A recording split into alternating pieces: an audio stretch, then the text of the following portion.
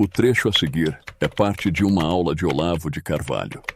Realize os cursos e compre seus livros no site do Seminário de Filosofia antes que saia do ar.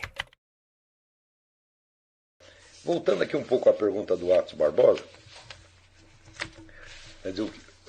o que fazer com pessoas idiotas, palpiteiras, etc, etc. Bom, então, em primeiro lugar, eu queria enfatizar que ao longo da vida você tem que escolher as suas companhias. O Dr. Leopold Zondi, ele dizia que a escolha faz o destino. E as escolhas principais são a sua escolha de profissão, a sua escolha do cônjuge, a sua escolha dos seus amigos e a escolha do tipo de morte. Tá certo? Então, quanto às outras eu vou conversar depois, mas é a escolha dos amigos. Né? Veja, quando São Tomás de Aquino diz que a amizade consiste em querer as mesmas coisas, rejeitar as mesmas coisas, ele está falando, evidentemente, de uma unidade de propósito, uma unidade da meta da vida. Tá certo? Ora, qualquer pessoa cuja meta na vida seja de ordem exclusivamente material, econômica ou social, não serve para vocês e vocês devem sumariamente se afastar dessa pessoa. Né? Por quê? Existe uma série de coisas na vida que, não, embora sejam necessárias para nós, pelo simples fato de serem necessárias, elas não podem ser metas. Por exemplo, você precisa de uma casa, você precisa comer e beber, você precisa descansar, você precisa casar e ter filho, você precisa de um emprego. Tudo isso são coisas necessárias à subsistência. Ora, aquilo que é necessário à subsistência não pode ser, ao mesmo tempo, o objetivo da existência. O objetivo tem que estar muito acima de tudo isso. E todas essas coisas, vamos dizer, elas vêm, esses outros elementos, eles vêm a nós como coisas que nos ajudam, ora nos atrapalham. Mas a partir do momento que o indivíduo as colocou como meta da existência, tá certo? Ele já cortou toda a ligação que possa haver entre ele e o sentido da existência. Tá certo? O ser humano, nós acabamos de ver, se o ser humano é o bicho que tem a capacidade de perceber o universal no particular, a missão dele, a função dele está determinada por isto. Tá certo? O homem é o animal criado para descobrir o que está além dele, o que está além do mundo sensível, e para realizar o seu destino nesta esfera. Se a pessoa não quer, ninguém tem o direito de não querer isto. Tá certo? Se você diz, eu quero, né? Eu quero casar, ter filho, eu quero ter um bom emprego, eu quero ter isso, ter aquilo, tudo isso são meios para a existência. Tá certo? Então, se você nota que o objetivo do indivíduo está colocado nesta esfera, mesmo que ele diga, eu quero ser um escritor, quero ser um poeta, eu quero ser um pintor, mesmo que o nome do que ele está dizendo é uma coisa socialmente relevante, mesmo aí ele está na esfera puramente material, meu filho. Você se lembra aquele pedaço da túnica e os dados que o menininho foge de casa, o Jaiminho foge de casa e deixa recado para a mãe. Mãe, fugi para o Rio de Janeiro, eu sinto em mim o borbulhar do gênio. Se a pessoa não sente em si o borbulhar do gênio, e gênio não quer dizer que ela vai ser um grande pintor, não, quer dizer que ela vai descobrir, ela está voltada para o mistério da existência, ela quer saber o que está para lá. Se a pessoa não tem isso, sumariamente afaste-se dessas pessoas. Tá certo? E as trate, evidentemente, com respeito, com deferência, mas com a distância devida. Porque eles estão abaixo, tá certo, daquilo que é estruturalmente exigido do ser humano. Tá certo? Esse é que é o princípio da distinção das castas. Embora na Índia a noção das castas tenha se cristalizado numa compartimentalização social, nós temos que entender que as castas existem como diferenciações individuais humanas mescladas em todas as classes sociais. O sujeito pode ter nascido na maior pindaíba, não ter nada, tá certo? E ele está focado no objetivo mais alto da existência. E o outro pode ter nascido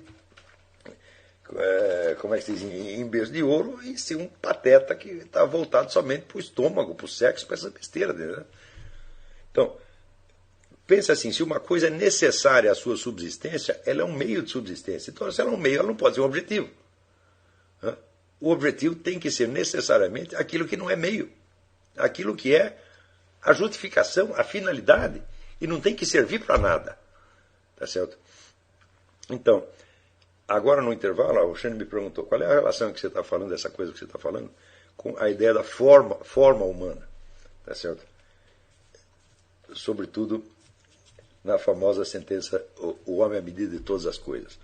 Ora, se o homem é o único ser capaz de apreender o universal no singular, e não há nenhum outro ser ao qual nós podemos olhar em torno para que nós possamos nos medir por ele, então significa o seguinte: a percepção humana ela tem uma validade universal em si.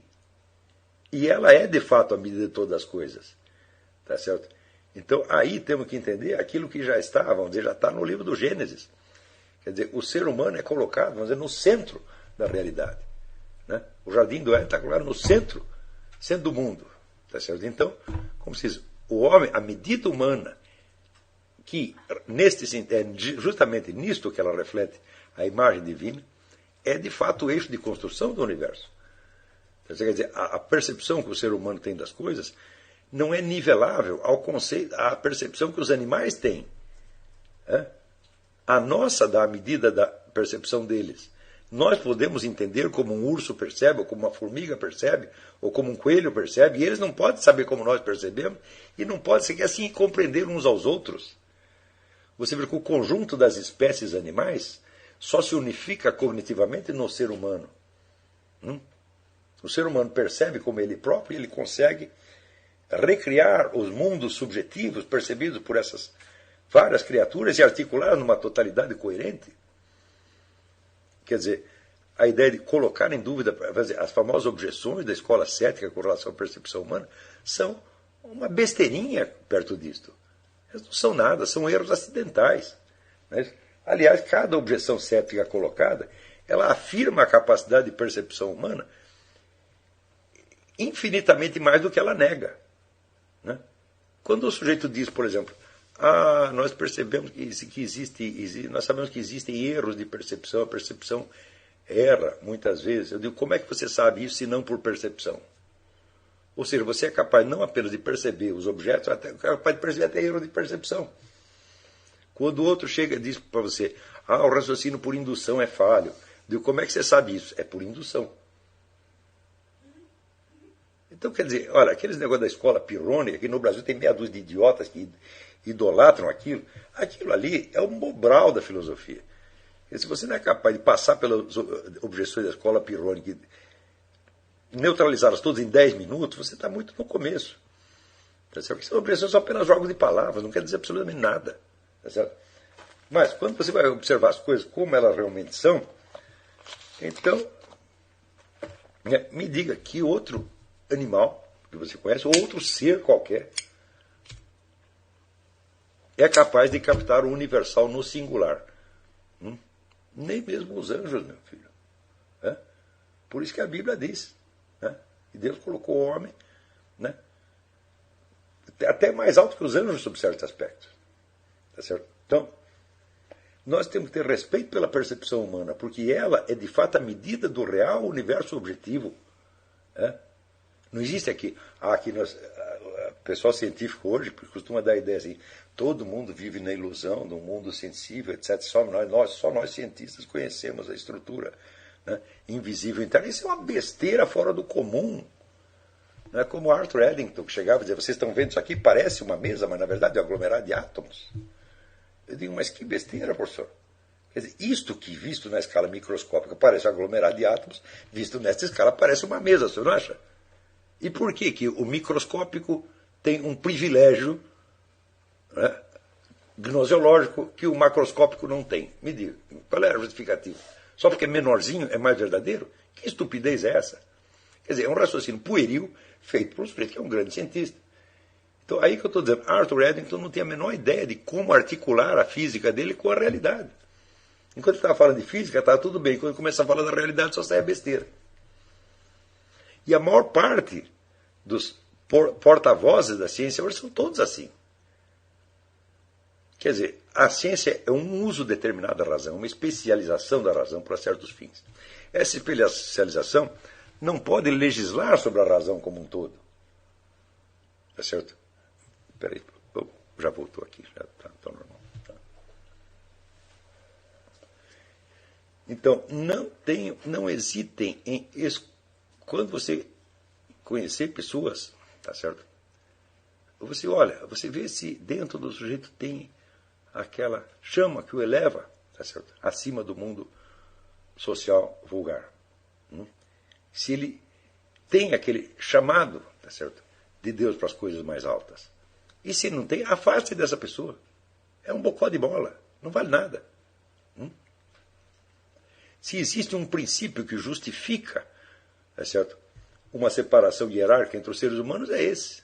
Não uma separação social, econômica, racial, que tudo isso aí é materialismo. Quer dizer, você vai hierarquizar a pessoa pelo dinheiro que elas têm no bolso. Quando, em geral, o dinheiro não foi nem ganho por elas, foi o pai que deu, foi um bisavô. Às vezes a família teve um homem de gênio 4 gerações atrás, e ele deixou dinheiro para um bando de vagabundos, o cara acha que são alguma coisa porque receberam dinheiro do bisavô. Ou o outro que acha que é melhor que o outro, porque um é preto, outro é branco. Isso é tudo materialismo, isso é coisa de cachorro, gente. Não é um critério humano, isso é um critério canino. Entendeu?